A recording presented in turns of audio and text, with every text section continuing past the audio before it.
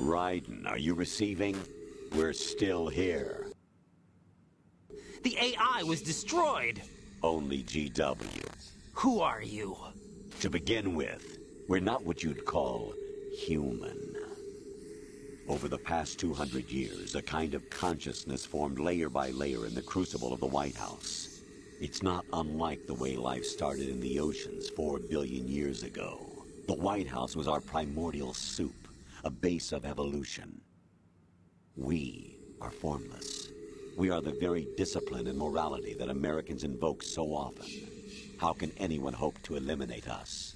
As long as this nation exists, so will we. Cut the crap! If you're immortal, why would you take away individual freedoms and censor the net? Jack, don't be silly. Don't you know that our plans have your interests, not ours, in mind? What? Jack, listen carefully, like a good boy. The mapping of the human genome was completed early this century. As a result, the evolutionary log of the human race lay open to us. We started with genetic engineering, and in the end, we succeeded in digitizing life itself. But there are things not covered by genetic information. What do you mean? Human memories, ideas, culture, history. Genes don't contain any record of human history. Is it something that should not be passed on? Should that information be left at the mercy of nature? We've always kept records of our lives, through words, pictures, symbols, from tablets to books. But not all the information was inherited by later generations. A small percentage of the whole was selected and processed, then passed on. Not unlike genes, really. That's what history is, Jack. But in the current digitized world, trivial information is accumulating every second, preserved in all its triteness, never fading, always accessible. Rumors about petty issues, misinterpretations, slander. All this junk data, preserved in an unfiltered state, growing at an alarming rate. It will only slow down social progress, reduce the rate of evolution. Right. You seem to think that our plan is one of censorship. Are you telling me it's not? You're being silly. What we propose to do is not to control content, but to create context. Create context? The digital society furthers human flaws and selectively rewards development of convenient half-truths. Just look at the strange juxtapositions of morality around you. Billions spent on new weapons in order to humanely murder other humans. Rights of criminals are given more respect than the privacy of their victims. Although there are people suffering in poverty, huge donations are made to protect endangered species. Everyone grows up being told the same thing. Be nice to other people. But beat out the competition. You're special. Believe in yourself and you will succeed.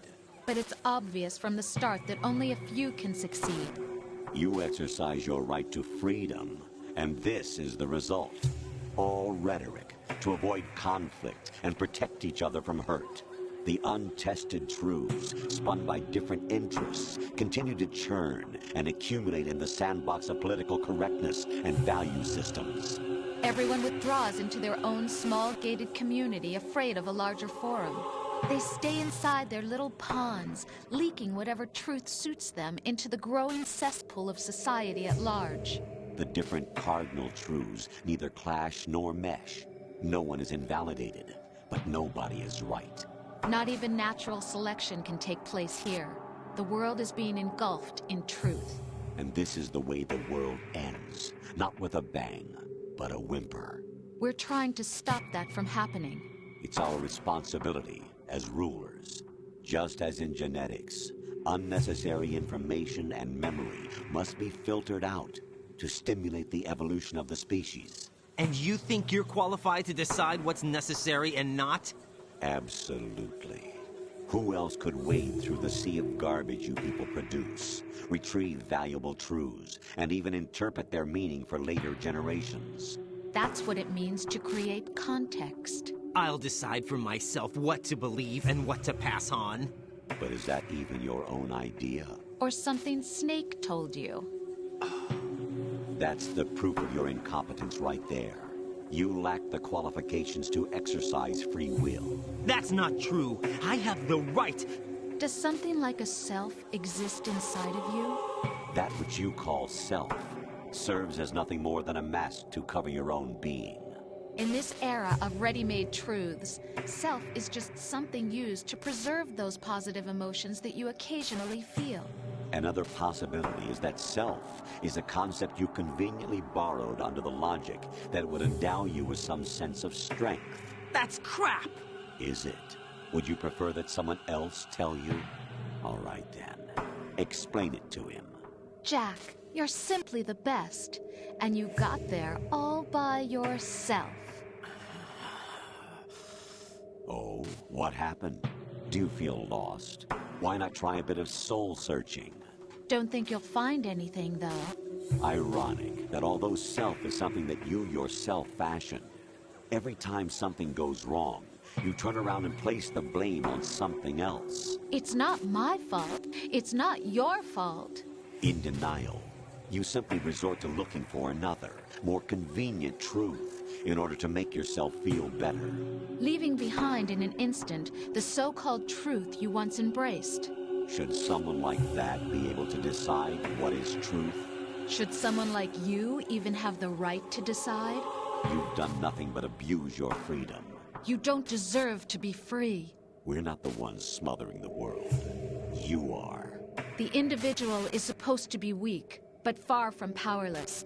A single person has the potential to ruin the world. And the age of digitized communication has given even more power to the individual. Too much power for an immature species. Building a legacy involves figuring out what is wanted and what needs to be done for that goal. All this you used to struggle with. Now we think for you. We are your guardians, after all. You want to control human thought? Human behavior? Of course. Anything can be quantified nowadays. That's what this exercise was designed to prove. You fell in love with me just as you were meant to, after all. Isn't that right, Jack? Ocelot was not told the whole truth, to say the least. We rule an entire nation. Of what interest would a single soldier, no matter how able, be to us? The S3 plan does not stand for solid snake simulation. What it does stand for is selection for societal sanity. The S3 is a system for controlling human will and consciousness. S3 is not you, a soldier trained in the image of Solid Snake. It is a method, a protocol that created a circumstance that made you what you are. So you see, we're the S3, not you.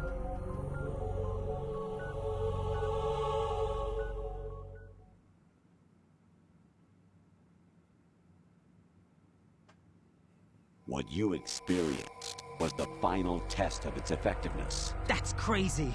You heard what President Johnson said. The Arsenal's GW system is the key to their supremacy. The objective of this exercise was to establish such a method. We used Shadow Moses as a paradigm for the exercise. I wonder if you would have preferred a fantasy setting. We chose that backdrop because of its extreme circumstances. It was an optimal test for S3's crisis management capacity. If the model could trigger, control, and solve this, it would be ready for any contingency. And now, we have our proof.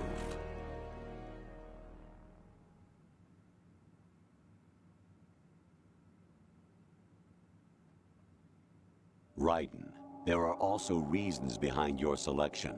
Solidus raised plenty of other child soldiers. Do you know why we chose you over them? It was because you were the only one who refused to acknowledge the past. The others remember what they were and pay for it daily.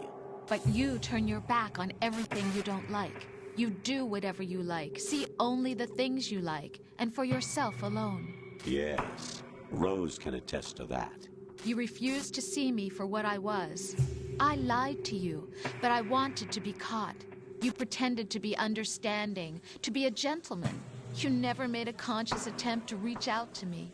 The only time you did was when I gave you no choice but to do so. I was just trying not to.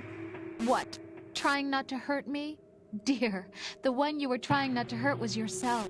Avoiding the truth under the guise of kindness is all that you did. It occurred to you to do nothing but look out for yourself. Even if you claim that it was for my sake, that feeling was nowhere to be seen. In the end, everything was for your sake. I was never part of the picture. Exactly right. So you see, you're a perfect representative of the masses we need to protect. This is why we chose you. You accepted the fiction we've provided, obeyed our orders, and did everything you were told to. The exercise is a resounding success. Didn't I tell you that GW was still incomplete? But not anymore, thanks to you. Your persona, experiences, triumphs, and defeats are nothing but byproducts. The real objective was ensuring that we could generate and manipulate them. It's taken a lot of time and money, but it was well worth it considering the results. I think that's enough talk. It's time for the final exercise. Raiden, take Solidus down. Think again. I'm through doing what I'm told. Oh, really? Aren't you forgetting something? If you die, my child dies. The termination of vital signals from your nanomachines means the death of Olga's child. Not to mention the death of Rose. She's wired the same way. Rose, does she actually exist? Of course I do, Jack. You have to believe me. Damn! It will be a fight to the death. Solidus at least wants you dead. We will collect the necessary data from this last fight. Then we'll consider the exercise closed. So, Jack the Ripper, will it be Solidus, the Patriots' creation, or you, Solidus's creation? Our beloved monsters, enjoy yourselves.